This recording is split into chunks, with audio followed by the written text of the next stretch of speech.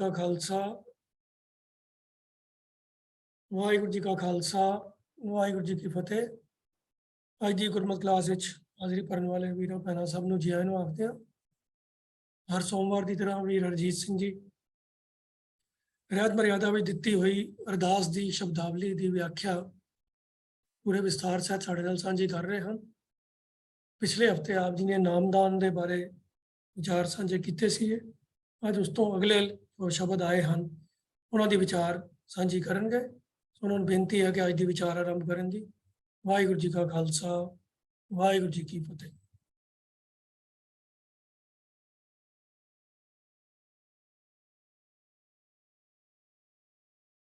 आपका mic mute है।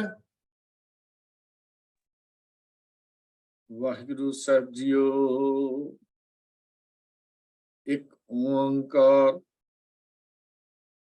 सतनाम करता पुरख निर्भव निर्वैर अकाल मूरत अजूनी सैभं गुर प्रसाद। वाहिगुरु वाहिगुरु वाहिगुरु वाहिगुरु वाहिगुरु वाहिगुरु।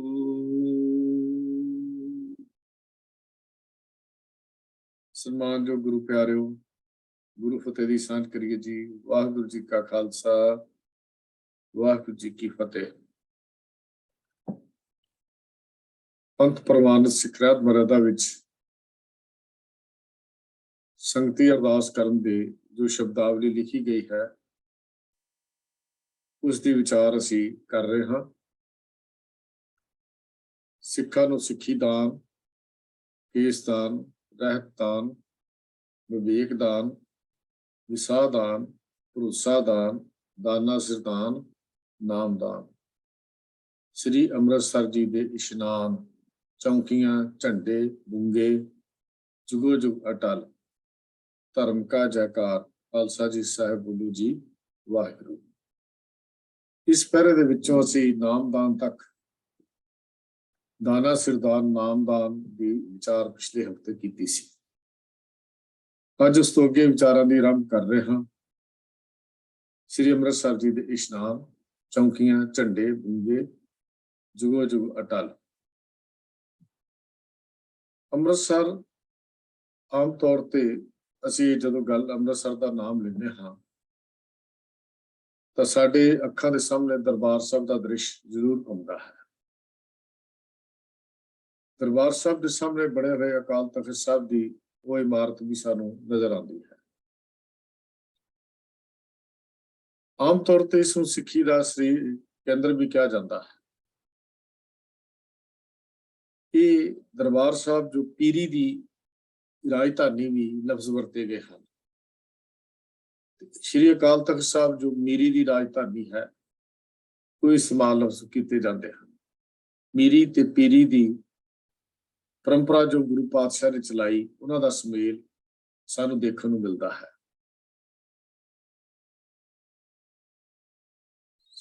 इस दरबार साहब दे विच ही सब तो पहला श्री गुरु ग्रंथ साहब महाराज सच्चे पातशाह जी का प्रकाश होया जो गुरु ग्रंथ साहब का स्वरूप गुरु अर्जन देव महाराज ने आप भाई गुरदास जी पासों लिखवाया। उस आद बीड़ का पहला प्रकाश भी इस दरबार साहब दे विच 1 सितंबर 1604 ईस्वी में होया।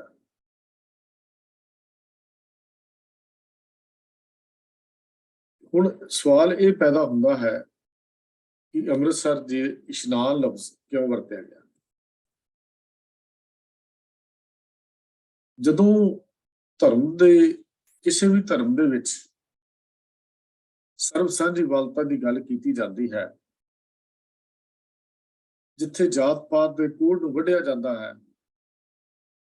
जिथे किसी राजे ते भिखारी विच अंतर ना किया जाता होवे, ਜਿੱਥੇ ਉੱਚ ਜਾਤੀਆਂ ਨੂੰ ਕੋਈ ਵਿਸ਼ੇਸ਼ ਦਰਜਾ ਨਾ ਮਿਲਦਾ ਹੋਵੇ, ਜਿੱਥੇ ਨੀਵੀਂ ਜਾਤ ਅਖੌਤੀ ਨੀਵੀਂ ਜਾਤ ਵਾਲਿਆਂ ਨੂੰ ਬਰਾਬਰ ਦਾ ਦਰਜਾ ਦੇ ਦਿੱਤਾ ਜਾਵੇ, ਉੱਥੇ ਸਮਾਜ ਵਿੱਚ ਵਿਰੋਧਤਾ ਸ਼ੁਰੂ ਹੋ ਜਾਂਦੀ ਹੈ। ਸੱਚ ਹਮੇਸ਼ਾ ਕੌੜਾ ਹੁੰਦਾ ਹੈ, ਸੱਚ ਦੀ ਹਮੇਸ਼ਾ ਵਿਰੋਧਤਾ ਵੀ ਕੀਤੀ ਜਾਂਦੀ ਹੈ। ਅਸੀਂ ਭਲੀ ਭਾਂਤ ਜਾਣਦੇ ਹਾਂ ਕਿ ਸੱਚ ਹਮੇਸ਼ਾ ਕੌੜਾ ਹੁੰਦਾ ਹੈ ਤੇ ਸੱਚ ਦੀ ਵਿਰੋਧਤਾ, ਸੱਚ ਦੀ ਆਵਾਜ਼ ਨੂੰ ਦਬਾਉਣ ਦਾ ਯਤਨ ਵੀ ਹਮੇਸ਼ਾ ਹੀ ਹੁੰਦਾ ਰਹਿੰਦਾ ਹੈ। ਗੁਰੂ ਨਾਨਕ ਪਾਤਸ਼ਾਹ ਨੇ ਸੱਚ ਦੀ ਗੱਲ ਕਹੀ, ਸੱਚ ਸੁਣਾਈ ਸੀ ਸੱਚ ਕੀ ਵੇਲਾ ਦੀ, ਸੱਚ ਕੀ ਬਾਣੀ ਨਾਨਕ ਆਖੇ, ਸੱਚ ਸੁਣਾਈ ਸੀ ਸੱਚ ਕੀ ਵੇਲਾ। ਰਿਜ਼ਲਟ ਵਿੱਚੋਂ ਬਾਬਰ ਦੀਆਂ ਜੇਲ੍ਹਾਂ ਤੱਕ ਜਾਣਾ ਪਿਆ, ਪਰ ਸੱਚ ਦੀ ਆਵਾਜ਼ ਬੰਦ ਨਹੀਂ ਹੋਈ। ਇਹ ਸੱਚ ਦੀ ਆਵਾਜ਼ ਜਦੋਂ ਵੱਡੀ ਹੁੰਦੀ ਗਈ, ਇਹ ਸਫ਼ਰ ਚੱਲਦਾ ਰਿਹਾ ਤਾਂ ਨਵੇਂ ਨਗਰ ਵਸਦੇ ਰਹੇ। ਗੁਰੂ ਅੰਗਦ ਦੇਵ ਪਾਤਸ਼ਾਹ ਨੇ ਖਡੂਰ ਸਾਹਿਬ, ਗੁਰੂ ਅਮਰਦਾਸ ਪਾਤਸ਼ਾਹ ਨੇ ਗੋਇੰਦਵਾਲ ਸਾਹਿਬ ਤੇ ਗੁਰੂ ਅਮਰਦਾਸ ਜੀ ਦੇ ਹੁਕਮ ਨਾਲ ਗੁਰੂ ਰਾਮਦਾਸ ਪਾਤਸ਼ਾਹ ਨੇ ਗੁਰੂ ਕਾ ਚੱਕ ਗੁਰੂ ਰਾਮਦਾਸ ਸ੍ਰੀ ਅੰਮ੍ਰਿਤਸਰ ਸਾਹਿਬ ਨਗਰ ਦੀ ਸਥਾਪਨਾ ਕੀਤੀ। ਇਸੇ ਨਗਰ ਦੇ ਇਸੇ ਜੋ ਪਵਿੱਤਰ ਸਰੋਵਰ ਸੀ ਜਿਸ ਦੀ ਸਥਾਪਨਾ ਕੀਤੀ ਗਈ, ਇਹਦੇ ਵਿੱਚ ਹੀ ਫਿਰ ਦਰਬਾਰ ਸਾਹਿਬ ਦਾ ਨੀਂਹ ਪੱਥਰ ਵੀ ਰੱਖਿਆ ਗਿਆ, ਜਿਹਦਾ ਇਤਿਹਾਸ ਅਸੀਂ ਵੱਖਰਾ ਸੁਣ ਚੁੱਕੇ ਹਾਂ। ਇਸ ਕਰਕੇ ਮੈਂ ਬਹੁਤ ਹੀ ਵਿਸ਼ਾਲ ਤੇ ਜਾਂ ਡਿਟੇਲ ਵਿੱਚ ਵਿਆਖਿਆ ਵਿੱਚ ਨਹੀਂ ਜਾਵਾਂਗਾ। ਵੀਰ ਤੇਜਿੰਦਰ ਸਿੰਘ ਜੀ ਪਾਸੋਂ ਅਸੀਂ ਸਾਰਾ ਇਤਿਹਾਸ ਇਹ ਸੁਣ ਚੁੱਕੇ ਹਾਂ ਜਾਂ ਸੁਣ ਰਹੇ ਹਾਂ। ਫਿਰ ਇਸੇ ਦਰਬਾਰ ਸਾਹਿਬ ਦੇ ਸਾਹਮਣੇ ਸ੍ਰੀ ਅਕਾਲ ਤਖ਼ਤ ਸਾਹਿਬ ਦਾ ਜਿਹੜੀ ਇਮਾਰਤ ਸੀ ਉਹ ਵੀ ਬਣਾਈ ਗਈ। ਦਰਬਾਰ ਸਾਹਿਬ ਵਿੱਚ ਹਮੇਸ਼ਾ ਕੀਰਤਨ ਦਾ ਪ੍ਰਵਾਹ ਚੱਲਦਾ ਹੈ, ਸੇਵਾ ਦਾ ਪ੍ਰਵਾਹ ਚੱਲਦਾ ਹੈ, ਸੰਗਤ ਦਾ ਪ੍ਰਵਾਹ ਚੱਲਦਾ ਹੈ, ਦਿਨ ਰਾਤ ਲਗਾਤਾਰ ਇਹ ਚੱਲਦਾ ਰਹਿੰਦਾ ਹੈ। ਇਹ ਖਾਲਕ ਦਾ ਦਰ ਹੈ। ਖਾਲਕ ਦੀਆਂ ਜਿੱਥੇ ਭੀੜਾਂ ਆਉਂਦੀਆਂ ਨੇ, ਅਰਦਾਸਾਂ ਕਰਦੀਆਂ ਹਨ, ਬੇਨਤੀਆਂ ਕਰਦੀਆਂ ਹਨ, ਭਗਤੀ ਦਾ ਕੇਂਦਰ ਕਿਹਾ ਜਾਂਦਾ ਹੈ। ਇੱਥੇ ਪਿਆਰ ਤੇ ਭਾਵਨਾ ਦੇ ਨਾਲ ਇਸ ਅਸਥਾਨ ਦੇ ਉੱਤੇ, ਇਸ ਕੇਂਦਰ ਦੇ ਉੱਤੇ ਅਸੀਂ ਨਤਮਸਤਕ ਵੀ ਹੁੰਦੇ ਹਾਂ। ਦਰਬਾਰ ਸਾਹਿਬ ਦੇ ਸਾਹਮਣੇ ਬਿਲਕੁਲ ਅਕਾਲ ਤਖ਼ਤ ਹੈ, ਦੁਨਿਆਵੀ ਸ਼ਕਤੀ ਦਾ ਕੇਂਦਰ। ਇੱਥੇ ਵੀ ਸ੍ਰੀ ਸਾਹਿਬ ਦਾ ਵੀ ਪ੍ਰਕਾਸ਼ ਹੈ, ਗੁਰੂ ਗ੍ਰੰਥ ਸਾਹਿਬ ਜੀ ਦਾ ਪ੍ਰਕਾਸ਼ ਹੈ।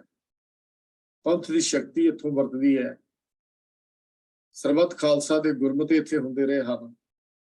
ਸੰਗਤਾਂ ਨੂੰ ਇੱਥੋਂ ਹੁਕਮ ਵੀ ਜਾਰੀ ਹੁੰਦੇ, ਹੁਕਮਨਾਮੇ ਵੀ ਜਾਰੀ ਹੁੰਦੇ ਰਹੇ ਹਨ, ਅੱਜ ਵੀ ਹੋ ਰਹੇ ਹਨ। ਦਰਬਾਰ ਸਾਹਿਬ ਦੇ ਆਸ-ਪਾਸ ਤੇ ਸਰੋਵਰ ਹੈ। ਸਰੋਵਰ ਇਹ ਕਿਉਂਕਿ ਸਿੱਖ ਨੂੰ ਹਦਾਇਤ ਹੈ ਇਸ਼ਨਾਨ ਕਰਨ ਦੀ, ਸਿੱਖਾਂ ਦੇ ਸਮੂਹਿਕ ਜੀਵਨ ਦਾ ਇੱਕ ਅਨਿੱਖੜਵਾਂ ਅੰਗ ਹੈ, ਇਸ ਲਈ ਗੁਰਦੁਆਰਿਆਂ ਦੇ ਨਾਲ ਸਰੋਵਰ ਬਣਾਉਣ ਦੀ ਪ੍ਰਥਾ ਵੀ ਚੱਲ ਪਈ। ਅੰਮ੍ਰਿਤਸਰ ਦੇ ਇਸ਼ਨਾਨ ਦੀ ਗੱਲ ਅੱਗੇ ਆਏਗੀ, ਇਹ ਕਿਉਂ ਲਫ਼ਜ਼ ਵਰਤੇ ਗਏ, ਥੋੜੀ ਜਿਹੀ ਗੱਲ ਕਰਕੇ ਇਹਦੀ ਬਣਤਰ ਦੀ, ਫਿਰ ਅੱਗੇ ਨੂੰ ਆਪਾਂ ਚੱਲਦੇ ਹਾਂ। ਸਰੋਵਰ ਦੇ ਆਸ-ਪਾਸ ਪਰਿਕਰਮਾ ਚ ਅਨੇਕਾਂ ਹੀ ਸਿਦਕਵਾਨ ਸਾਨੂੰ ਪਿਆਰ ਨਾਲ ਭਿੱਜੇ ਹੋਏ ਤੁਰੇ ਹੋਏ ਨਜ਼ਰ ਆਉਂਦੇ ਨੇ। ਇਹ ਗੱਲ ਵੱਖਰੀ ਹੈ ਕਿ ਮੌਜੂਦਾ ਹਾਲਤ ਵਿੱਚ ਅੱਜ ਉਹ ਪਿਆਰ ਦੀਆਂ ਕਣੀਆਂ ਨਹੀਂ ਰਹੀਆਂ ਜਿਹੜਾ ਅੱਜ ਵਿਜ਼ਟਰ ਇੱਕ ਕੇਂਦਰ ਜਿਹਾ ਬਣ ਗਿਆ, ਜਿੱਥੇ ਅੱਜ ਉਹ ਜੋ ਭਾਵਨਾ ਸੀ ਪ੍ਰਗਟ ਹੁੰਦੀ ਜਾ ਕੇ ਉਹਦੇ ਵਿੱਚ ਜ਼ਰੂਰ ਕੁਛ ਨਾ ਕੁਛ ਕਮੀ ਆਈ ਹੈ। ਕਿਉਂਕਿ ਜਦੋਂ ਇਹ ਵਿਜ਼ਟਰ ਕੇਂਦਰ ਬਣ ਜਾਵੇ, ਜਦੋਂ ਇੱਥੇ ਹਰ ਵੇਲੇ ਬਹੁਤ ਸਾਰਾ ਭੀੜ ਹੋਵੇ, ਉਹ ਜਿਹੜੀ ਮਾਸੂਮੀਅਤ ਜਾਂ ਉਹ ਜਿਹੜਾ ਪਿਆਰ ਸੀ ਉਹਦੇ ਵਿੱਚ ਕਮੀ ਕੁਝ ਨਜ਼ਰ ਆਉਂਦੀ ਹੈ। ਪਰਿਕਰਮਾ ਦੇ ਆਸ-ਪਾਸ ਬੁੰਗੇ ਬਣੇ ਹੋਏ ਹਨ, ਧਰਮ ਪ੍ਰਚਾਰ ਦੇ ਖਾੜੇ, ਬ੍ਰਹਮ ਦੇ ਬੂਟੇ, ਮਿਸਲਾਂ ਦੇ ਨਿਸ਼ਾਨ, ਝੰਡੇ, ਬੁੰਗੇ, ਦੋ ਨਿਸ਼ਾਨ ਇੱਥੇ ਝੁੰਮਦੇ ਹਨ, ਇੱਕ ਮੀਰੀ ਦਾ, ਇੱਕ ਪੀਰੀ ਦਾ। ਪਰਿਕਰਮਾ 'ਚ ਸ਼ਹੀਦੀ ਬੁੰਗਾ ਹੈ, ਬਾਬਾ ਦੀਪ ਸਿੰਘ ਦਾ ਸ਼ਹੀਦੀ ਬੁੰਗਾ ਬਣਿਆ ਹੋਇਆ। ਗੱਲ ਕੀ ਹੈ ਵੀ ਇੱਥੇ ਭਗਤੀ, ਸ਼ਕਤੀ, ਸੂਰਮਗਤੀ ਤੇ ਸ਼ਹਾਦਤ ਦੀ ਸ਼ਮਾ ਜਗਦੀ ਹੈ। ਦੁਨੀਆ ਦੇ ਬਾਰ-ਬਾਰ ਇੱਕ ਪਾਸੇ ਗੁਰੂ ਦਾ ਲੰਗਰ ਹੈ ਜੋ ਹਰ ਵੇਲੇ ਅਟੁੱਟ ਪਕਦਾ ਰਹਿੰਦਾ ਹੈ, ਅਟੁੱਟ ਵਰਤਦਾ ਰਹਿੰਦਾ ਹੈ। ਨਿਸ਼ਕਾਮ ਸੇਵਾ ਦਾ ਪ੍ਰਵਾਹ ਇਸ ਲੰਗਰ ਵਿੱਚ ਚੱਲਦਾ ਹੈ।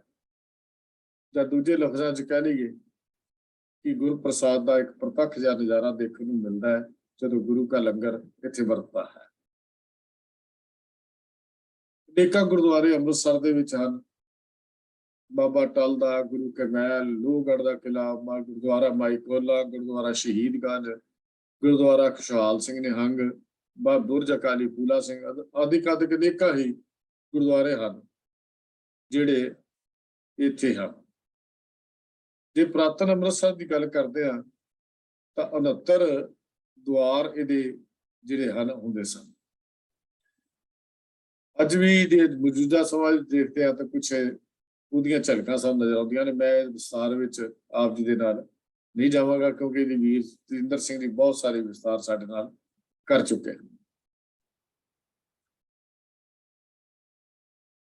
ਸਿੱਖ ਇਤਿਹਾਸ ਵਿੱਚ ਉਹ ਜੋੜ ਮੇਲੇ ਕਰਨ ਦਾ ਜਿਹੜਾ ਵਿਚਾਰ ਸੀ ਇਹ ਬਾਬਾ ਗੁਰੂ ਅਮਰਦਾਸ ਸੱਚੇ ਪਾਤਸ਼ਾਹ ਦੇ ਵੇਲੇ ਤੋਂ ਸ਼ੁਰੂ ਹੋ ਗਿਆ।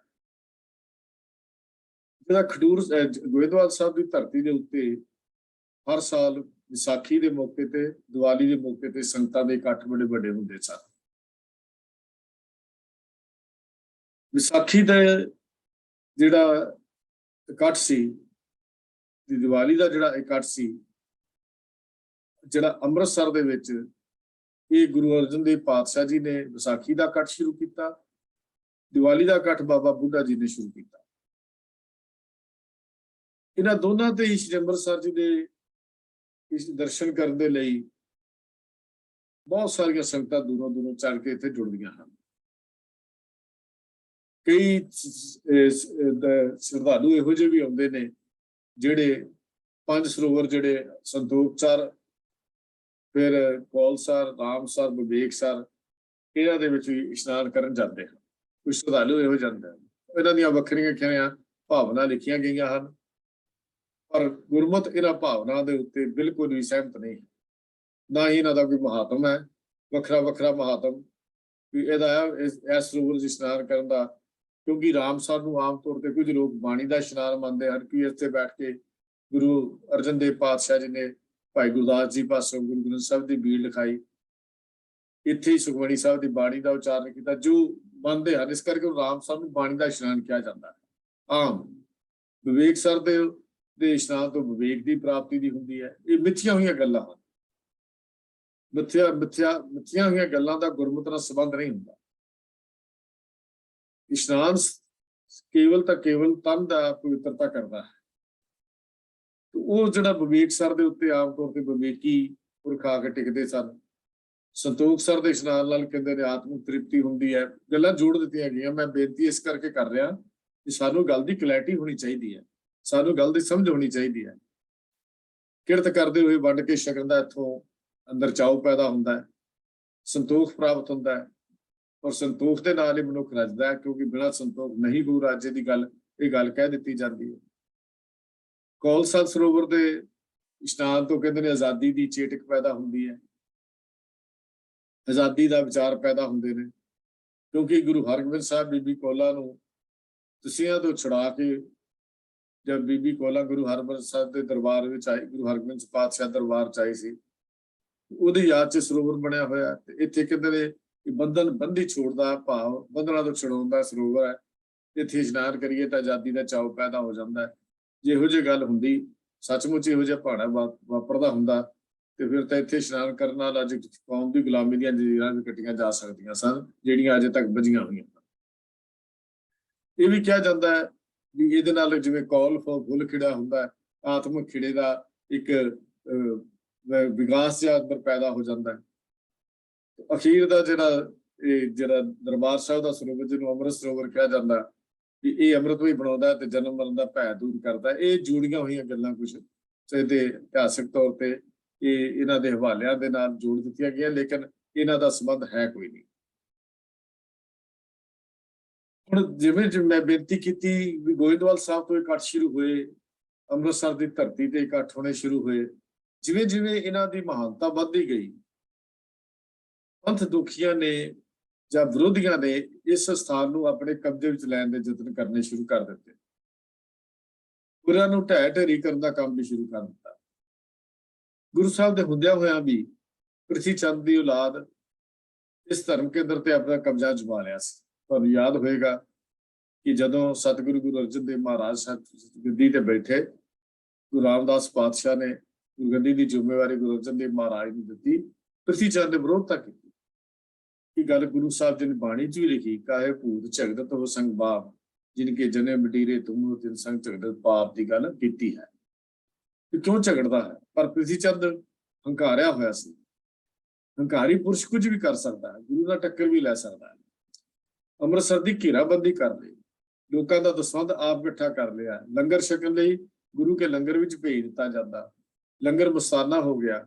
ਭਾਈ ਗੰਗਾ ਰਾਮ ਬਠਿੰਡੇ ਦੇ ਰਹਿਣ ਵਾਲੇ ਨੇ ਕਈ ਊਠਾਂ ਦੇ ਊਠ ਲਿਆ ਕੇ ਆਪਣੇ ਛੋਲਿਆਂ ਦੇ ਇੱਥੇ ਵਰਤਾਏ। ਆਟਾ ਛੋਲਿਆਂ ਦੀ ਰੋਟੀ ਇੱਥੇ ਚੱਲਦੀ ਰਹੀ।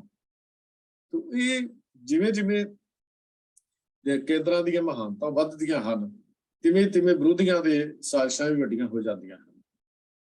ਆਪ ਜੀ ਨੂੰ ਇਹ ਵੀ ਥੋੜਾ ਜਿਹਾ ਗਿਆਨ ਹੋਏਗਾ ਕਿ ਇਹ ਅੰਮ੍ਰਿਤਸਰ ਸ਼ਹਿਰ ਵੀ ਗੁਰੂ ਤੇਗ ਬਹਾਦਰ ਸਾਹਿਬ ਮਹਾਰਾਜ ਦਾ ਜਨਮ ਸਥਾਨ ਵੀ ਹੈ, ਜਿੱਥੇ ਗੁਰੂ ਕਾ ਮਹਿਲ ਗੁਰਦੁਆਰਾ ਬਣਿਆ ਹੋਇਆ ਅਕਾਲ ਤਖਤ ਸਾਹਿਬ ਦੇ ਬਿਲਕੁਲ ਨਾਲ ਕਰਕੇ, ਜਿੱਥੇ ਗੁਰੂ ਤੇਗ ਬਹਾਦਰ ਸਾਹਿਬ ਜੀ ਦਾ ਆਗਮਨ ਵੀ ਇਸ ਸਥਾਨ ਦੇ ਉੱਤੇ ਹੋਇਆ ਹੈ।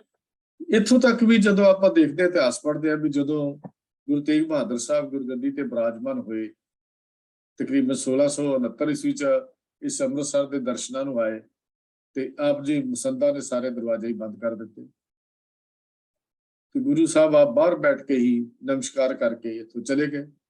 ਜਿੱਥੇ ਆਪ ਬਿਰਾਜੇ ਸੀ ਉੱਥੇ ਅੱਜ ਗੁਰਦੁਆਰਾ ਥੜਾ ਸਾਹਿਬ ਬਣਿਆ ਹੋਇਆ ਹੈ। तो 1708 ਤੱਕ ਗੁਰੂ ਗੋਬਿੰਦ ਸਿੰਘ ਮਹਾਰਾਜ ਦੇ ਸਰੀਰਕ ਤੌਰ ਤੇ ਇਸ ਸੰਸਾਰ ਵਿੱਚ ਰਹਿਣ ਤੱਕ ਦਾ ਇਤਿਹਾਸ ਤੇ 1708 ਤੋਂ ਬਾਅਦ ਦਾ ਇਤਿਹਾਸ ਦੇ ਵਿੱਚ ਬਹੁਤ ਵੱਡਾ ਅੰਤਰ ਆਉਂਦਾ ਹੈ। ਜੋਤੀ ਜੋਤ ਸਮਾਉਣ ਲੱਗਿਆ ਗੁਰੂ ਗੋਬਿੰਦ ਸਿੰਘ ਮਹਾਰਾਜ ਨੇ ਬਾਬਾ ਬੰਦਾ ਸਿੰਘ ਬਹਾਦਰ ਨੂੰ 5 ਸਿੰਘਾਂ ਦੇ ਨਾਲ ਪੰਜਾਬ ਵੱਲ ਭੇਜਿਆ। ਬੰਦਾ ਸਿੰਘ ਬਹਾਦਰ ਦੇ ਸਰਹੱਦ ਦੀ ਇੱਟ ਨਾਲ ਇੱਟ ਖੜਕਾਈ, ਪਹਿਲਾ ਸਿੱਖ ਰਾਜ ਬਣਾਇਆ। ਬੰਦਾ ਸਿੰਘ ਬਹਾਦਰ ਜੀ ਨੇ ਸਿੱਖ ਰਾਜ ਕਾਇਮ ਕਰਕੇ ਬਰਾਬਰ ਦੇ ਅਧਿਕਾਰ ਦਿੱਤੇ। ਜ਼ਿਮੀਂਦਾਰਾਂ ਨੂੰ ਵਾਹੀ ਜਿਹੜੇ ਕਰਦੇ ਸਨ ਉਹਨਾਂ ਨੂੰ ਜ਼ਮੀਨਾਂ ਦਾ ਹੱਕ ਦਿਵਾਇਆ।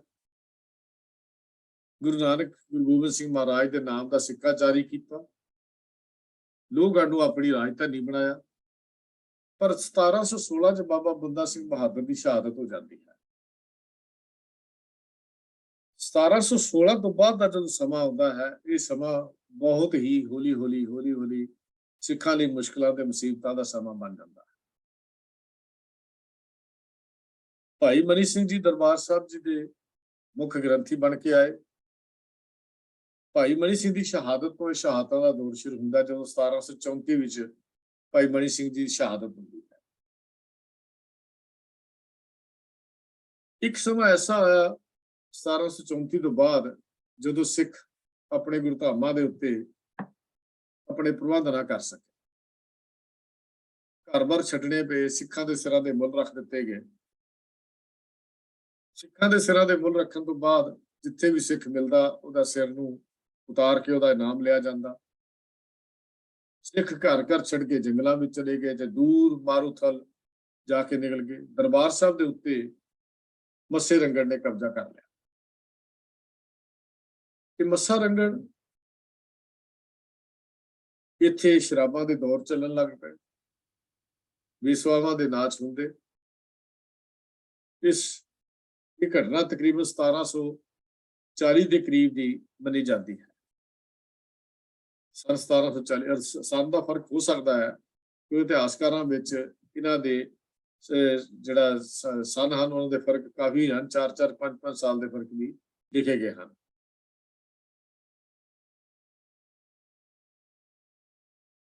ਦਰਬਾਰ ਸਾਹਿਬ ਦੇ ਵਿੱਚ ਇਹ ਕੁਕਰਮ ਜਿਹੜੇ ਸੀ ਮੱਸਾ ਰੰਗੜ ਕਰ ਰਿਹਾ ਸੀ, ਵੇਸਵਾਵਾਂ ਦੇ ਨਾਚ, ਸ਼ਰਾਬਾਂ ਦੇ ਦੌਰ, ਤੰਬਾਕੂ ਦੇ ਹੁੱਕੇ ਉੱਥੇ ਚੱਲਦੇ।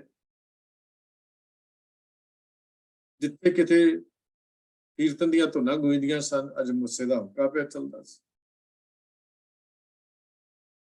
ਕਿਸੇ ਸਿੱਖ ਨੇ ਜਾ ਕੇ ਆਵਾਜ਼ ਦਿੱਤੀ ਬੀਕਾਨੇਰ ਦੇ ਵਿੱਚ ਸਿੰਘਾਂ ਨੂੰ ਜਾ ਕੇ, ਉਹ ਸਿੱਖਾਂ ਤੋਂ ਜਿਉਂਦਾ ਤੇਰੇ ਗੁਰੂ ਦੇ ਸਥਾਨ ਤੇ ਜਿੱਥੇ ਕਿਤੇ ਕੀਰਤਨ ਦੀਆਂ ਧੁਨਾਂ ਗੂੰਜਦੀਆਂ ਸਨ, ਅੱਜ ਮੱਸੇ ਦਾ ਹੁੱਕਾ ਪਿਆ ਚੱਲਦਾ। ਜਿੱਥੇ ਕਿਤੇ ਆਨੰਦ ਦੀ ਵਰਖਾ ਹੁੰਦੀ ਸੀ, ਅੱਜ ਸ਼ਰਾਬ ਦੇ ਦੌਰ ਚੱਲ ਰਹੇ ਹਨ। ਜਿੱਥੇ ਕਿਤੇ ਹਰ ਵੇਲੇ ਅੰਮ੍ਰਿਤ ਦਾ ਪ੍ਰਵਾਹ ਚੱਲਦਾ ਸੀ, ਅੱਜ ਬੇਸਵਾ ਦਾ ਨਾਚ ਹੋ ਰਿਹਾ ਹੈ। ਸੁਣਨ ਵਾਲਾ ਕੋਈ, ਸੁਣਾਉਣ ਵਾਲਾ ਕੋਈ। ਸਾਡੇ ਵਰਗਾ ਹੁੰਦਾ ਤੇ ਝਟ ਕਹਿੰਦਾ ਸਾਡਾ ਤਾਂ ਕੁਝ ਨਹੀਂ ਗਿਆ, ਪਰ ਗੁਰੂ ਦੇ ਸਥਾਨ ਦੀ ਬੇਦਬੀ ਹੋ ਜਾਣੀ ਸਿੱਖਾਂ ਦੇ ਹਿਰਦਿਆਂ ਨੂੰ ਵਿੰਨ ਗਈ। ਹਕੂਮਤ ਨੇ ਅੰਮ੍ਰਿਤਸਰ ਦੇ ਇਸ਼ਨਾਨ ਤੇ ਪਾਬੰਦੀ ਲਾ ਦਿੱਤੀ, ਦਰਬਾਰ ਸਾਹਿਬ ਦੇ ਦਰਸ਼ਨਾਂ ਤੇ ਪਾਬੰਦੀ ਲਾ ਦਿੱਤੀ, ਅੰਮ੍ਰਿਤਸਰ ਦੇ ਸਰੋਵਰ ਦੇ ਇਸ਼ਨਾਨ ਕਰਨ ਦੇ ਉੱਤੇ ਪਾਬੰਦੀ ਲਾ ਦਿੱਤੀ।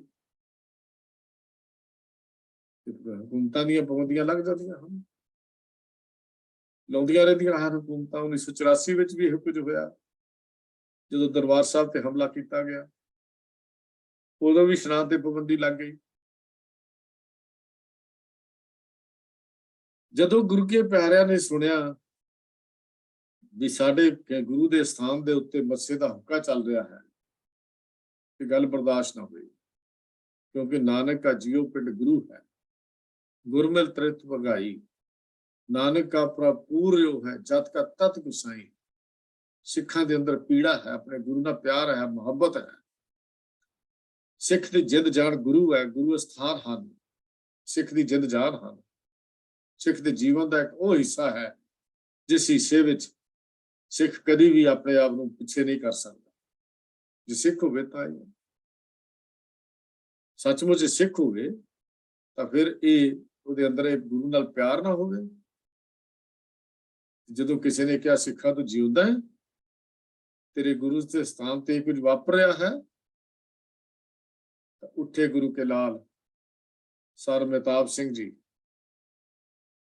ਸਰ ਸੁੱਖਾ ਸਿੰਘ ਜੀ, ਅਰਦਾਸਾ ਸੋਧ ਕੇ ਬੀਕਾਨੇਰ ਤੋਂ ਚੱਲੇ। ਬੀਕਾਨੇਰ ਤੋਂ ਚੱਲ ਕੇ ਆ ਕੇ ਇਸ਼ਨਾਨ ਕੀਤਾ ਸਰੋਵਰ ਦੇ ਵਿੱਚ, ਜਿੱਥੇ ਪਾਬੰਦੀਆਂ ਲੱਗੀਆਂ ਹੋਈਆਂ ਸਨ। ਲਾਚੀ ਬੇਰ ਦੇ, ਜਿੱਥੇ ਅੱਜ ਲਾਚੀ ਬੇਰ ਹੈ, ਦਰਬਾਰ ਸਾਹਿਬ ਦੀ ਦਰਸ਼ਨੀ ਜੋੜੀ ਦੇ ਬਿਲਕੁਲ ਬਾਹਰ, ਉੱਥੇ ਆਪਣੇ ਘੋੜਿਆਂ ਨੂੰ ਬੰਨਿਆ। ਘੋੜਿਆਂ ਨੂੰ ਬੰਨਿਆ ਤੇ ਠੀਕਰੀਆਂ ਦੀਆਂ ਬੋਰੀਆਂ ਜੋ ਭਰ ਕੇ ਲਿਆਏ ਸਨ ਆਪਣੇ ਨਾਲ, ਕਿਉਂਕਿ ਮੱਸਾ ਰੰਗੜ ਦਰਬਾਰ ਸਾਹਿਬ ਦੇ ਅੰਦਰ ਬੈਠ ਕੇ ਆਪਣਾ ਆਸਣ ਲਾ ਕੇ ਮਾਮਲਾ ਕਰਾਉਂਦਾ ਸੀ ਚੌਧਰੀਆਂ ਕੋਲੋਂ। ਸਾਰਾ ਪਹਿਲਾਂ ਪਤਾ ਕੀਤਾ, ਤੇ ਜਦੋਂ ਇਹ ਪਤਾ ਲੱਗਾ ਵੀ ਮੱਸਾ ਇਹ ਕੁਝ ਕਰਦਾ ਹੈ, ਠੀਕਰੀਆਂ ਦੀਆਂ ਬੋਰੀਆਂ ਭਰੀਆਂ ਮੋਢਿਆਂ ਤੇ ਚੁੱਕ ਲਈਆਂ। ਪਹਿਰੇਦਾਰ ਉਦੋਂ ਵੀ ਹੁੰਦੇ ਸਨ, ਪਹਿਰੇਦਾਰ ਇਹ ਨਹੀਂ, ਪਹਿਰੇਦਾਰ ਉਦੋਂ ਵੀ ਹੁੰਦੇ ਸਨ। ਪੁੱਛਿਆ, ਪਹਿਰੇਦਾਰਾਂ ਨੇ ਰੋਕਿਆ ਤੇ ਜਵਾਬ ਦਿੱਤਾ, ਚੌਧਰੀਆਂ ਮਾਮਲਾ ਦੇਣ ਆਏ ਹਨ, ਆ ਬੋਰੀਆਂ ਸਾਡੀਆਂ ਚੁੱਕੀਆਂ ਹੋਈਆਂ ਹਨ। ਲਾਚੀ ਬੇਰ ਨਾਲ ਘੋੜੇ ਬੰਨ ਕੇ ਅੰਦਰ ਨੂੰ ਜਾ ਵੜੇ। ਦੇਖਿਆ ਜਾ ਕੇ ਗੁਰੂ ਦਰਬਾਰ ਦਾ ਹਾਲ, ਬੋਰੀਆਂ ਠੀਕਰੀਆਂ ਨਾਲ ਭਰੀਆਂ ਹੋਈਆਂ ਜੋ ਮੋਢਿਆਂ ਦੇ ਚੁੱਕੇ ਮੱਸੇ ਦੇ ਪਲੰਗ ਦੇ ਥੱਲੇ ਨੂੰ ਸੁੱਟ ਦਿੱਤੀਆਂ। ਜਦੋਂ ਹੀ ਮੱਸਾ ਮਾਮਲੇ ਦੀਆਂ ਬੋਰੀਆਂ ਦੇਖਣ ਲਈ ਗਰਦਨ ਨੂੰ ਨੀਵਾ ਕੀਤਾ, ਤਲਵਾਰ ਦੇ ਇੱਕ ਵਾਰ ਨਾਲ ਮੱਸੇ ਦਾ ਸਿਰ ਲਾ ਦਿੱਤਾ, ਤੇ ਜਾ ਕੇ ਬੀਕਾਨੇਰ ਸੰਗਤਾਂ ਦੇ ਵਿੱਚ ਜਾ ਕੇ ਨੇਜਿਆਂ ਤੇ ਟੰਗ ਕੇ ਸੀਸ ਲੈ ਕੇ ਗਏ, ਚੂਰੀ ਛਪਾ ਕੇ ਨਹੀਂ। ਗੁਰੂ ਦੇ ਲਾਡਲੇ ਉਸ ਸੀਸ ਨੂੰ ਲੈ ਕੇ ਗਏ। ਲਾਈਆਂ ਹੋਈਆਂ ਪਾਬੰਦੀਆਂ ਜਿਹੜੀਆਂ ਸਨ, ਉਹਦੀਆਂ ਧੱਜੀਆਂ ਉਡਾ ਦਿੱਤੀਆਂ। ਸਿੱਖ ਦਾ ਸਥਾਨ ਹੈ, ਸਿੱਖ ਇਹਨਾਂ ਪਾਬੰਦੀਆਂ ਨੂੰ ਕਿਵੇਂ ਮੰਨ ਸਕਦਾ ਸੀ? ਇਸ ਤੋਂ ਫਿਰ ਅੱਗੇ ਨੂੰ ਇਤਿਹਾਸ ਧਰਾਉਂਦੇ ਹਾਂ। ਜਦੋਂ ਅਹਿਮਦ ਸ਼ਾਹ ਅਬਦਾਲੀ ਨੇ ਹਿੰਦੁਸਤਾਨ ਤੇ 1762 ਦਾ ਉਹ ਵੱਡਾ ਘੱਲੂਘਾਰਾ ਹੁੰਦਾ ਹੈ, ਹਮਲਾ ਹੋਇਆ, ਹਮਲਾ ਕੀਤਾ, ਸਿੱਖਾਂ ਦਾ ਕਤਲੇਆਮ ਕੀਤਾ, 25 ਤੋਂ 30 ਹਜ਼ਾਰ ਦੇ ਕਰੀਬ ਸਿੰਘ ਸਿੰਘਣੀਆਂ ਬੱਚੇ ਇੱਕ ਦੇ ਜੇ ਸ਼ਹੀਦ ਕਰ ਦਿੱਤੇ। ਉਸ ਅਬਦਾਲੀ ਨੇ, ਅਹਿਮਦ ਸ਼ਾਹ ਅਬਦਾਲੀ ਨੇ, ਉਸਦੀ ਵਾਪਸੀ ਜਾਂਦਿਆਂ ਹਰਿਮੰਦਰ ਸਾਹਿਬ, ਦਰਬਾਰ ਸਾਹਿਬ ਤੇ ਅਕਾਲ ਤਖਤ ਦੀਆਂ ਇਮਾਰਤਾਂ ਨੂੰ ਵੀ ਢਹਿ ਢੇਰੀ ਕਰ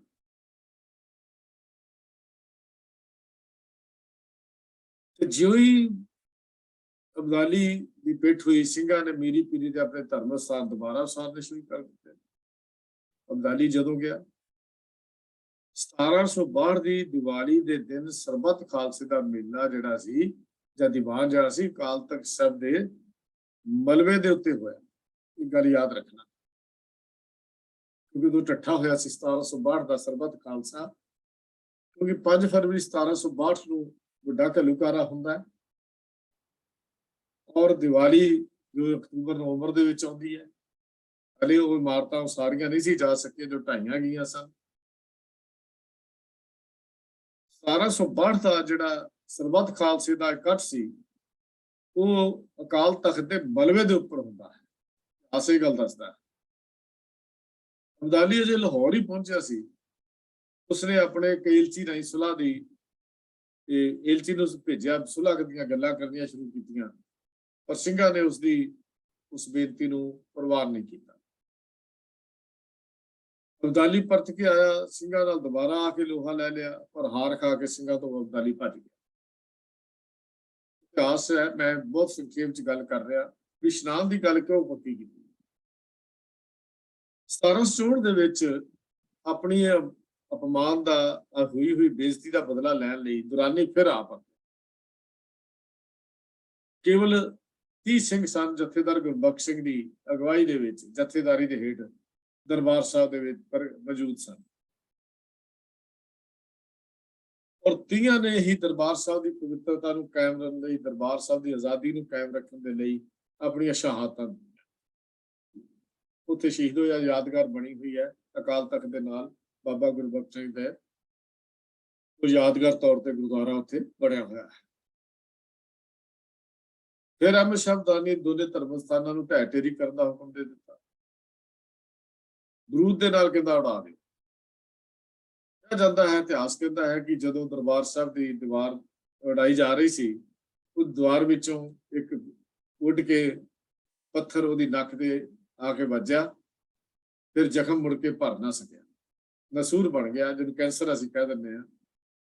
ਤੇ 1769 ਚ ਇਸੇ ਕਾਰਨ ਕਰਕੇ ਅਬਦਾਲੀ ਦੀ ਮੌਤ ਜਿਹੜੀ ਹੈ ਉਹ ਹੋ ਜਾਂਦੀ ਹੈ, ਜੋ ਇਤਿਹਾਸ ਕਹਿੰਦੇ ਨੇ। ਹਾਂ, ਇਹ ਗੱਲ ਮੈਂ ਜ਼ਰੂਰ ਕਹਿ ਸਕਦਾ ਹਾਂ ਵੀ ਗੁਰਧਾਮਾਂ ਦੀ, ਧਰਮ ਸਥਾਨਾਂ ਦੀ ਬੇਹਰਮਤੀ ਕਰਨ ਵਾਲਿਆਂ ਦਾ ਅਸਰ ਐਸਾ ਹੁੰਦਾ ਹੀ ਹੈ। ਇਹ ਸਿੱਖ ਕੌਮ ਦਾ ਵਿਸ਼ਵਾਸ ਹੈ, ਭਰੋਸਾ ਹੈ, ਔਰ ਸਿੱਖ ਆਪਣੇ ਗੁਰੂ ਦੀ ਹੋਈ ਬੇਹਰਮਤੀ ਦਾ ਬਦਲਾ ਵੀ ਜ਼ਰੂਰ ਲੈਂਦੇ ਆਏ ਹਨ। ਇਹ ਸਿੱਖਾਂ ਦਾ ਇੱਕ ਸ਼ੁਰੂ ਤੋਂ ਹੀ ਨਿਯਮ ਬਣਿਆ ਰਿਹਾ ਭੁੱਲਿਆ।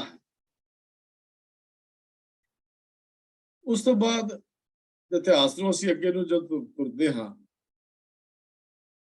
ਤੇ ਅਬਦਾਲੀ ਬੇਸ਼ੱਕ 1760 ਇੱਕ ਵਾਰੀ ਫਿਰ ਆਇਆ, ਪਰ ਉਹਨੇ ਅੰਮ੍ਰਿਤਸਰ ਤੇ ਕਬਜ਼ਾ ਕਰ ਲਿਆ ਸੀ, ਪਰ ਉਹਨੇ ਦਰਬਾਰ ਸਾਹਿਬ ਤੇ ਅਕਾਲ ਤਖਤ ਸਾਹਿਬ ਮੁੜ ਕੇ ਕਹਿਰੀਆ ਕਰਕੇ ਨਹੀਂ ਦੇਖਿਆ। ਅਕਸਰ ਤੇ ਮੀਰ ਮਨੂ ਸਿੰਘਾਂ ਦੇ ਸਿਰਾਂ ਦੇ ਮੁੱਲ ਪੈਂਦੇ ਰਹੇ। ਉਦੋਂ ਵੀ ਸਿੱਖ ਚੋਰੀ ਛਿਪੀ ਰਾਤ ਬਰਾਤੇ ਜੰਗਲਾਂ ਚ ਆ ਕੇ, ਅੰਮ੍ਰਿਤਸਰ ਵਿੱਚ ਆ ਕੇ ਟੁੱਬੀ ਲਾ ਜਾਂਦੇ, ਇਹ ਦੱਸਣ ਲਈ ਵੀ ਅਸੀਂ ਕਿਸੇ ਦੀ ਗੁਲਾਮੀ ਸਵੀਕਾਰ ਨਹੀਂ ਕਰਦੇ। ਸਰੋਵਰ ਸਾਡਾ ਹੈ, ਗੁਰੂ ਘਰ ਸਾਡਾ ਹੈ, ਅਸੀਂ ਜਦੋਂ ਚਾਹੇ ਅਸੀਂ ਇੱਥੇ ਆ ਕੇ ਇਸ਼ਨਾਨ ਵੀ ਕਰ ਸਕਦੇ ਹਾਂ, ਅਸੀਂ ਇੱਥੇ ਆ ਕੇ ਦਰਸ਼ਨ ਦਿਦਾਰੇ ਵੀ ਕਰ ਸਕਦੇ ਹਾਂ। ਬੜਿਆਂ ਦੀਆਂ ਜਾਨਾਂ ਵੀ ਗਈਆਂ, ਪਰ ਅੰਮ੍ਰਿਤਸਰ ਦੇ ਜਿਹੜੇ ਇਸ਼ਨਾਨ ਸਨ ਉਹਦਾ ਹੱਕ ਤਾਂ ਅੱਗੇ ਨੂੰ ਸਿੱਖ ਤਿਆਰ ਨਹੀਂ ਸੀ ਹੁੰਦੀ ਵੀ ਇਹ ਸਾਡਾ ਹੱਕ ਹੈ। ਉਦੋਂ ਤੋਂ ਹੀ ਅੰਮ੍ਰਿਤਸਰ ਦੇ ਇਸ਼ਨਾਨ ਦੀ ਅਭਿਲਾਖਾ ਸਿੱਖ ਅਰਦਾਸ ਵਿੱਚ ਸ਼ਾਮਲ ਹੋ ਗਈ, ਜਾਪਦੀ ਹੈ। ਜਾਪਦਾ ਇਹ ਹੈ ਕਿ ਜਦੋਂ ਇਹ ਪਾਬੰਦੀਆਂ ਲੱਗ ਗਈਆਂ, ਜਦੋਂ ਇਹ ਸਿੱਖਾਂ ਦੇ ਦਰਬਾਰ ਸਾਹਿਬ ਆਉਣ ਤੇ ਪਾਬੰਦੀ ਲੱਗ ਗਈ, ਇਸ਼ਨਾਨ ਕਰਨ ਤੇ ਪਾਬੰਦੀ ਲੱਗ ਗਈ, ਉਦੋਂ ਇਹ ਅਰਦਾਸ ਵਿੱਚ ਸ਼ਾਮਲ ਹੋ ਗਏ। ਇਹ ਵੀ ਜਾਪਦਾ ਹੈ ਕਿ ਥੋੜਾ ਜਿਹਾ ਇਹ ਲੱਗਦਾ ਕਿ ਸਰਕਾਰ ਨੇ ਸਿੱਖਾਂ ਦੀ ਕੌਮੀ ਸ਼ਕਤੀ ਨੂੰ ਮੁਕਾਉਣ ਦੇ ਦਾ ਇੱਕ ਤਰ੍ਹਾਂ ਦਾ ਤਹੀਆ ਹੀ ਕਰ ਲਿਆ ਸੀ।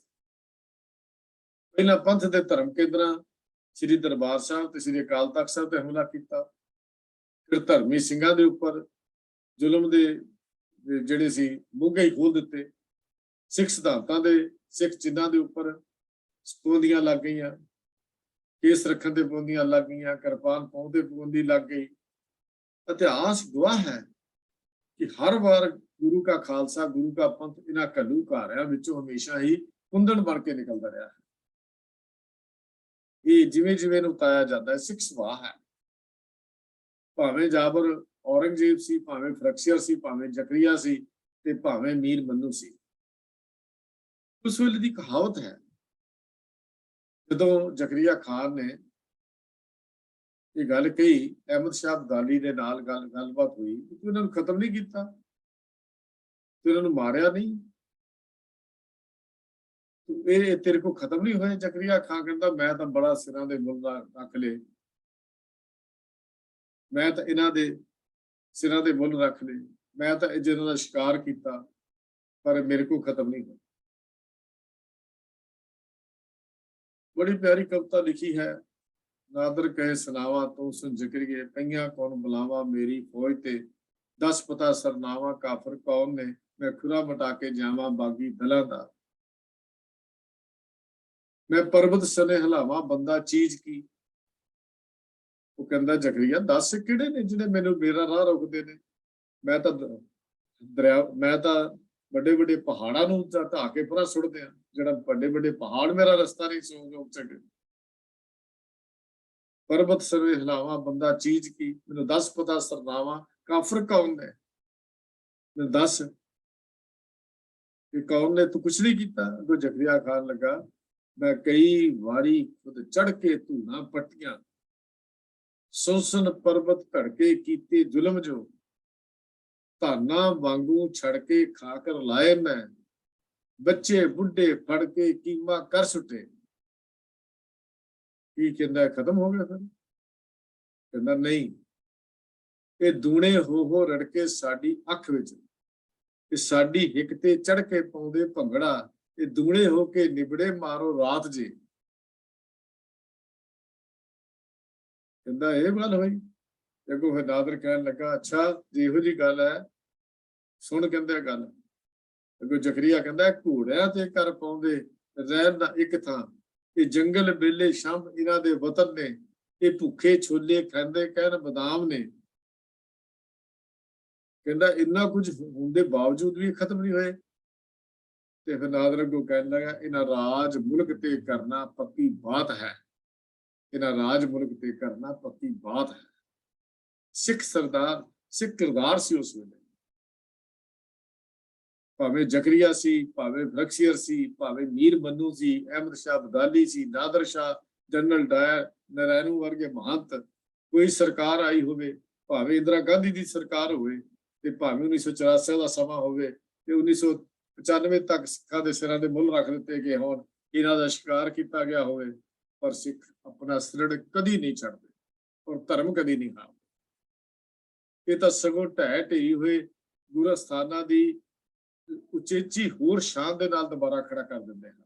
ਅਕਾਲ ਤਖਤ ਢਾਇਆ ਗਿਆ, ਸਰਕਾਰ ਆਪਣੇ ਪੈਸਿਆਂ ਨਾਲ ਬਣਾਉਣ ਲੱਗੀ, ਸੰਤਾ ਸਿੰਘ ਨੂੰ ਝੋਲੀ ਚੁੱਕ ਨੂੰ ਲਾ ਦਿੱਤਾ ਗਿਆ 1984 ਤੋਂ ਬਾਅਦ, ਲੇਕਿਨ ਸਿੱਖਾਂ ਨੇ ਉਹਦਾ ਬਣਾਇਆ ਹੋਇਆ ਅਕਾਲ ਤਖਤ ਦੀ ਪਰਵਾਹ ਨਹੀਂ ਕੀਤਾ, ਢਾਹ ਕੇ ਦੁਬਾਰਾ ਬਣਾ ਲਿਆ। ਸਾਡਾ ਕਿਰਦਾਰ ਰਿਹਾ ਹੈ, ਸਾਡੇ ਕਿਰਦਾਰ ਵਿੱਚ ਅਣਖ ਸੀ। ਸਰਕਾਰਾਂ ਨੇ ਕਈ ਵਾਰ ਅੰਮ੍ਰਿਤਸਰ ਦੇ ਇਸ਼ਨਾਨਾਂ ਤੇ ਪਾਬੰਦੀਆਂ ਲਾਈਆਂ, ਦਰਸ਼ਨ ਇਸ਼ਨਾਨ ਤੇ ਪਾਬੰਦੀ ਲਾ ਦਿੱਤੀ, ਪਰ ਸੰਗਤਾਂ ਦੇ ਮਨ ਵਿੱਚੋਂ ਦਰਬਾਰ ਸਾਹਿਬ ਪ੍ਰਤੀ ਪਿਆਰ, ਸਤਿਕਾਰ ਤੇ ਇਸ਼ਨਾਨ ਦੀ ਜਾਚਨਾ ਕਦੇ ਵੀ ਖਤਮ ਨਹੀਂ ਹੋਈ। ਇਹੋ ਹੀ ਕਾਰਨ ਹੈ ਕਿ ਇਹ ਪਿਆਰ ਤੇ ਸਤਿਕਾਰ ਹੀ ਇੱਕ ਦਿਨ ਸਾਡੇ ਇਹ ਅਰਦਾਸ ਦਾ ਜਿਹੜਾ ਹਿੱਸਾ ਸੀ ਉਹ ਬਣ ਗਈ। ਅਰਦਾਸ ਦਾ ਹਿੱਸਾ ਜਿਹੜਾ ਸੀ ਉਹ ਬਣ ਗਿਆ। ਇਹ ਜਿਵੇਂ ਜਿਵੇਂ ਸਰਕਾਰਾਂ ਪਾਬੰਦੀਆਂ ਲਾਉਂਦੀਆਂ ਹਨ, ਤਿਵੇਂ ਤਿਵੇਂ ਸਿੱਖਾਂ ਦੇ ਜੋਸ਼ ਵਿੱਚ ਹੋਰ ਵੱਧਦਾ ਜਾਂਦਾ ਹੈ। ਇਹ ਜਦੋਂ ਅਰਦਾਸ ਬਣਾਈ ਗਈ, ਪੰਥ ਪ੍ਰਵਾਨ ਤ੍ਰੈਤ ਮਰਿਆਦਾ ਬਣੀ, ਉਹਦੇ ਵਿੱਚ ਵੀ ਇਹ ਅਰਦਾਸ ਦੇ ਉਹ ਸ਼ਬਦ, ਕਿਉਂਕਿ ਸਿੱਖਾਂ ਦੇ ਹੋਏ ਜ਼ੁਲਮ ਦੇ ਉਹ ਇੰਤਹਾ ਜਿਹੜਾ ਸਮਾਂ ਸੀ, ਉਹਦੀ ਯਾਦਾਸ਼ਤ ਪੱਕੀ ਕਰਨ ਦੇ ਲਈ ਸਿੱਖ ਅਰਦਾਸ ਦੇ ਅੰਦਰ ਇਹ ਇਸ਼ਨਾਨ ਦਾ ਸ਼ਬਦ ਜਿਹੜਾ ਸੀ ਇਹ ਦਰਜ ਕੀਤਾ ਗਿਆ। ਇਸ ਕਰਕੇ ਇਹ ਗੱਲ ਸੋਚ ਲੈਣੀ ਵੀ ਇਹ ਜੀ ਇਸ਼ਨਾਨ ਦਾ ਮਤਲਬ ਇਹ ਨਹੀਂ ਸੀ ਵੀ ਅਸੀਂ ਸਰੋਵਰ ਇਸ਼ਨਾਨ ਜਾਂ ਉੱਥੇ ਕਰਕੇ ਕੋਈ ਪਵਿੱਤਰਤਾ ਹਾਸਲ ਕਰ ਲੈਣੀ ਹੈ। ਮਤਲਬ ਸੀ ਸਿੱਖ ਆਪਣੀ ਆਜ਼ਾਦੀ ਦੇ ਨਿੱਘ ਨੂੰ ਕਦੀ ਖਤਮ ਨਹੀਂ ਹੋਣ ਦਿੰਦੇ ਔਰ ਨਾ ਹੀ ਕਿਸੇ ਦੀ ਗੁਲਾਮੀ ਦੀਆਂ ਜ਼ੰਜੀਰਾਂ ਵਿੱਚ ਬੱਝ ਕੇ ਆਪਣੀ ਜੀਵਨ ਬਤੀਤ ਕਰਦੇ ਹਨ। ਨਾ ਹੀ ਇਹ ਕਿਸੇ ਦੀ ਅਧੀਨਗੀ ਨੂੰ ਪ੍ਰਵਾਨ ਕਰਦੇ ਹਨ, ਨਾ ਹੀ ਕਿਸੇ ਦੀ ਅਧੀਨਗੀ ਨੂੰ ਕਬੂਲ ਕਰਦੇ ਹਨ, ਨਾ ਹੀ ਕਿਸੇ ਦੀ ਅਧੀਨਗੀ ਨੂੰ ਮੰਨਦੇ ਹਨ। ਇਹ ਇੱਕ ਸਿੱਖਾਂ ਦਾ ਅਸੂਲ ਰਿਹਾ ਹੈ। ਜਿਹੜੀ ਸਿੱਖੀ ਦੀ ਗੱਲ ਜਿਹੜੀ ਅਸੀਂ ਕਰਦੇ ਹਾਂ, ਤਾਂ ਸਿੱਖੀ ਦੀ ਗੱਲ ਵਿੱਚ ਹਮੇਸ਼ਾ ਹੀ ਅਸੀਂ ਜਦੋਂ ਗੱਲ ਕਰਦੇ ਹਾਂ ਤਾਂ ਇਹਦੇ ਵਿੱਚ ਆਜ਼ਾਦੀ ਦੇ ਖੁਸ਼ਬੂ ਸਾਨੂੰ ਆਉਂਦੀ ਹੈ। ਸਿੱਖ ਦੇ ਜੀਵਨ ਵਿੱਚ ਆਜ਼ਾਦੀ ਹੈ, ਕਿਸੇ ਦੀ ਗੁਲਾਮੀ ਨੇ ਪਰਵਾਹ ਨਹੀਂ ਕੀਤੀ।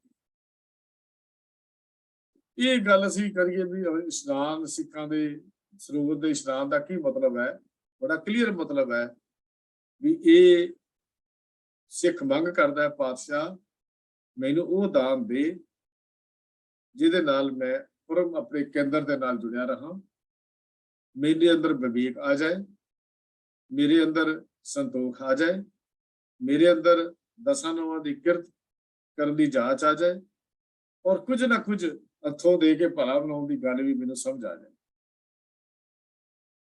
ਇਹ ਗੱਲ ਖਿਆਲ ਕਰਨਾ, ਇਹ ਐਸਾ ਸਥਾਨ ਹੈ ਜਿਹਨੇ ਦੁਨੀਆ ਦੇ ਸਦਾ ਰਹਿਣਾ ਹੈ। ਭਾਈ ਵੀਰ ਸਿੰਘ ਜੀ ਇੱਕ ਲਿਖਦੇ ਹਨ ਕਿ ਭਾਈ ਸੇਵਾ ਸਿੰਘ ਜੀ ਇੱਕ ਵਾਰੀ ਬਾਹਰ ਖਲੋਤੇ ਘੰਟਾ ਘਰ ਵਾਲੇ ਪਾਸੇ ਦਰਬਾਰ ਸਾਹਿਬ ਵਿੱਚ ਇੱਕ ਜਿਗਿਆਸੂ ਨੇ ਪਰਿਕਰਮਾ ਚ ਮੱਥਾ ਟੇਕ ਕੇ ਉੱਚੀ ਸਾਰੀ ਕਿਹਾ, ਧੰਨ ਗੁਰੂ ਰਾਮਦਾਸ, ਕਰੀ ਨਾ ਕਿਸੇ ਦਾ ਮੁਹਤਾਜ। ਫਿਰ ਬਾਹਰ ਆ ਗਿਆ,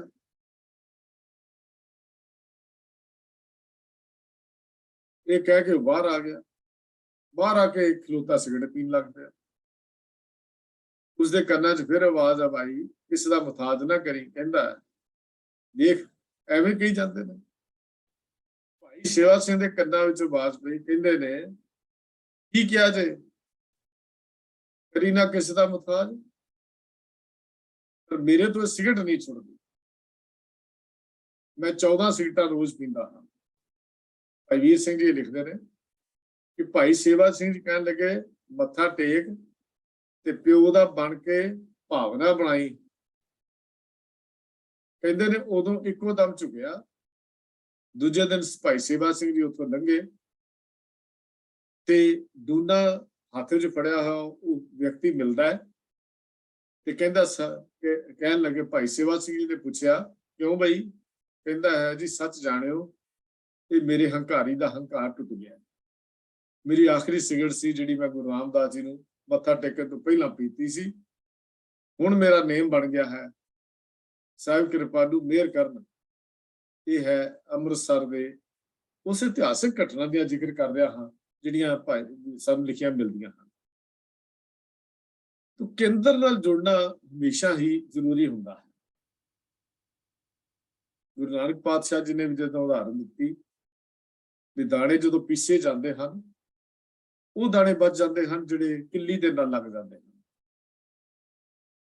ਸਿੱਖ ਜਦ ਤੱਕ ਆਪਣੇ ਕੇਂਦਰ ਨਾਲ ਜੁੜਿਆ ਰਹੇਗਾ, ਉੱਥੋਂ ਮੀਰੀ ਤੇ ਪੀਰੀ ਦੀ ਅਗਵਾਈ ਲੈਂਦਾ ਰਹੇਗਾ, ਉਦੋਂ ਤੱਕ ਇਹਦੇ ਜੀਵਨ ਵਿੱਚ ਖੁਸ਼ਹਾਲੀ ਬਣੀ ਰਹੇਗੀ। ਇਸੇ ਵਾਸਤੇ ਹੀ ਦਰਬਾਰ ਸਾਹਿਬ ਜੀ ਦੇ ਦਰਸ਼ਨਾਂ ਦੇ ਤੇ ਇਸ਼ਨਾਨ ਦੇ ਉੱਤੇ ਪਾਬੰਦੀਆਂ ਲੱਗਦੀਆਂ ਰਹੀਆਂ ਕਿ ਸਿੱਖ ਆਪਣੇ ਕੇਂਦਰ ਨਾਲ ਜੁੜ ਜਾਏ। ਕੇਂਦਰ ਨਾਲ ਜੁੜਨਾ ਬੜਾ ਜ਼ਰੂਰੀ ਹੈ। ਇਸ ਵਾਸਤੇ ਇਸ਼ਨਾਨ ਦਰਬਾਰ ਸਾਹਿਬ ਜੀ ਦਾ ਉਹ ਸ਼ਬਦ ਜੋ 18ਵੀਂ ਸਦੀ ਦੇ ਵਿੱਚ ਜਦੋਂ ਪਾਬੰਦੀਆਂ ਲੱਗ ਗਈਆਂ ਸ਼ੁਰੂ ਕੀਤੇ ਸਨ ਤੇ ਅਰਦਾਸ ਵਿੱਚ ਉਦੋਂ ਹੀ ਸਿੱਖ ਰੋਜ਼ ਆਪਣੇ ਮੰਗ ਕਰਦੇ ਸੀ, ਪਾਤਸ਼ਾਹ ਸਾਨੂੰ ਅੰਮ੍ਰਿਤਸਰ ਦੇ ਇਸ਼ਨਾਨ ਬਖਸ਼, ਅਸੀਂ ਉੱਥੇ ਜਾ ਕੇ ਇਸ਼ਨਾਨ ਕਰ ਸਕੀਏ, ਉਹਦੇ ਦਰਸ਼ਨ ਕਰ ਸਕੀਏ।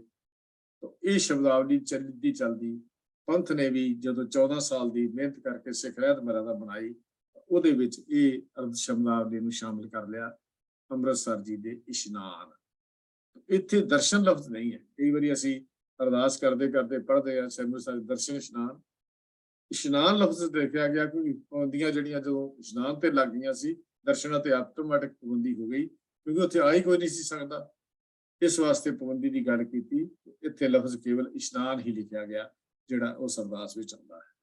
ਗੁਰੂ ਕਿਰਪਾ ਕਰੇ ਇਸ ਪਾਵਨ ਕੇਂਦਰ ਦੇ ਨਾਲ ਮੀਰੀ ਤੇ ਪੀਰੀ ਦੇ ਉਹ ਸੰਕਲਪ ਜਿਹੜੇ ਹਨ ਉਹ ਸਾਡੇ ਜੀਵਨ ਦੇ ਵਿੱਚ ਵੀ ਅੱਜ ਉਸੇ ਤਰ੍ਹਾਂ ਉਗੜ ਕੇ ਸਾਹਮਣੇ ਆਉਣ, ਜਿਹੜੇ ਪੁਰਾਤਨ ਸਿੰਘਾਂ ਦੇ ਜੀਵਨ ਵਿੱਚ ਸੀ, ਜਿਹੜੇ ਸੁੱਖਾ ਸਿੰਘ ਮਹਿਤਾਬ ਸਿੰਘ ਦੇ ਜੀਵਨ ਦੇ ਵਿੱਚੋਂ ਸਾਨੂੰ ਝਲਕ ਆਉਂਦੀ ਹੈ, ਜਿਹੜਾ ਬਾਬਾ ਗੁਰਬਖਸ਼ ਸਿੰਘ ਦੇ ਜੀਵਨ ਦੇ ਵਿੱਚੋਂ ਝਲਕ ਨਜ਼ਰ ਆਉਂਦੀ ਹੈ। ਕੇਵਲ ਰਸਮੀ ਇਸ਼ਨਾਨ ਕਰਕੇ ਆ ਜਾਣਾ ਤੇ ਆਪਣੇ ਇਤਿਹਾਸ ਨੂੰ ਯਾਦ ਨਾ ਰੱਖਣਾ, ਇਹ ਕਦੀ ਵੀ ਕੇਂਦਰ ਤੋਂ ਸੇਧ ਲੈਣ ਦੀ ਗੱਲ ਨਹੀਂ ਹੁੰਦੀ। ਰਸਮੀ ਇਸ਼ਨਾਨ ਨਹੀਂ ਹੈ, ਇਹਦੇ ਇਸ਼ਨਾਨ ਦੇ ਵਿੱਚ ਸਾਡੀ ਆਜ਼ਾਦੀ ਹੈ, ਇਸ ਇਸ਼ਨਾਨ ਦੇ ਵਿੱਚ ਸਾਡੀ ਅਣਖ ਹੈ, ਇਸ ਇਸ਼ਨਾਨ ਦੇ ਵਿੱਚ ਸਾਡੀ ਆਬਰੂ ਹੈ, ਇਸ ਇਸ਼ਨਾਨ ਦੇ ਵਿੱਚ ਹਕੂਮਤ ਦੀ ਵੰਗਾਰ ਹੈ, ਇਸ ਇਸ਼ਨਾਨ ਦੇ ਵਿੱਚ ਹਕੂਮਤ ਨੂੰ ਕੋੜਾ ਜਵਾਬ ਹੈ। ਇਸ ਇਸ਼ਨਾਨ ਦੇ ਵਿੱਚ ਜਿਹੜਾ ਇਸ਼ਨਾਨ ਦੀ ਗੱਲ ਕੀਤੀ, ਇਹ ਟੱਕਰ ਹੈ, ਇਹ ਮੀਰੀ ਤੇ ਪੀਰੀ ਛਿਪੀ ਹੋਈ ਹੈ। ਇਸ ਵਾਸਤੇ ਇਸ ਲਫ਼ਜ਼ ਨੂੰ ਅੰਮ੍ਰਿਤਸਰ ਦੇ ਇਸ਼ਨਾਨ ਰੋਜ਼ ਅਸੀਂ ਅਰਦਾਸ ਵਿੱਚ ਮੰਗ ਕਰਦੇ ਹਾਂ। ਹੋਈਆਂ ਭੁੱਲਾਂ ਦੀ ਖਿਮਾ ਜੀ। ਵਾਹਿਗੁਰੂ ਜੀ ਕਾ ਖਾਲਸਾ, ਵਾਹਿਗੁਰੂ ਜੀ ਕੀ ਫਤਿਹ।